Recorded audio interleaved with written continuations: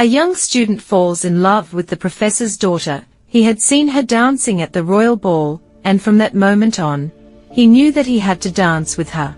But she had a condition. She would only dance with him if he brought her a red rose for her.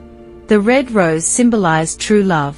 Unfortunately, there are no red roses in his garden, and springtime has passed. From her nest in the home oak tree, Nightingale hears the student's sad sighs, calls him a true lover, and describes his appearance and feelings. The student's happiness depends on a red rose, and he hopes to give one to the girl at a prince's ball so she'll dance with him. The nightingale was known for its sweet singing and its deep love for music. She saw the student's pain and wanted to help him, and decided to help the student in finding a red rose. She knew that finding a red rose was not easy because it was already late in the season. Roses were not blooming. The nightingale flew around the garden and searched everywhere, but no red rose could be found. The nightingale is deeply moved by the student's passionate love and his despair. She believes that love is a precious and wonderful thing, worth sacrificing for. The nightingale was determined. Suddenly she spread her brown wings for flight, and found the rose tree, and asked it to give it a red rose. The nightingale insisted, and said that she would sing its sweetest song if the rose tree could give it a red rose. The rose tree answered it couldn't give a red rose, because it had only white flowers. But it suggests Nightingale go to the rose tree that grows around the old sundial. She flew over to the next rose tree and asked for a rose, but the rose tree shook his head, and said, "My roses are as yellow as the hair of a mermaiden.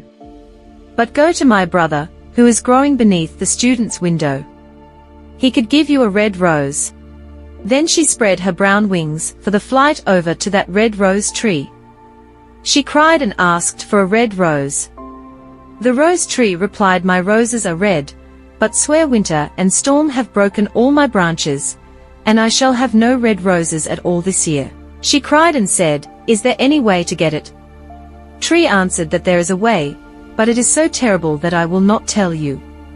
She said, "I am not afraid to tell it to me." The tree said, "You have to sing all night long and press your heart against a thorn, and let its blood flow into the rose. Only then, a red rose could be made." But Nightingale agreed. She believes that love is a precious and wonderful thing, worth sacrificing for. She spread her wings and soared through the night. She found a thorn and began singing her most beautiful song all night long while pressing her chest against it. She felt pain, but she kept singing, and as its blood flowed into the rose, the white petals slowly turned red, and a beautiful red rose was born.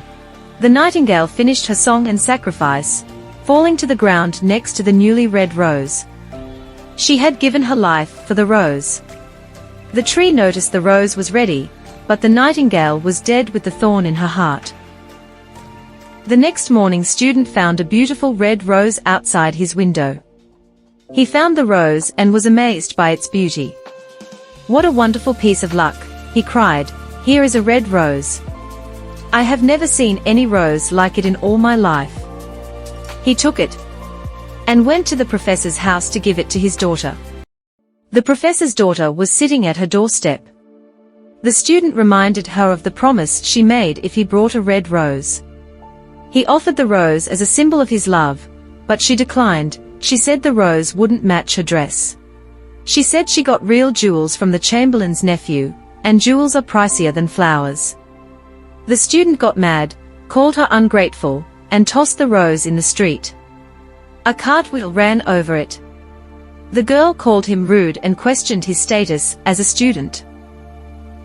"Love is really silly," thought the student as he left. "Logic is much more useful because it proves things.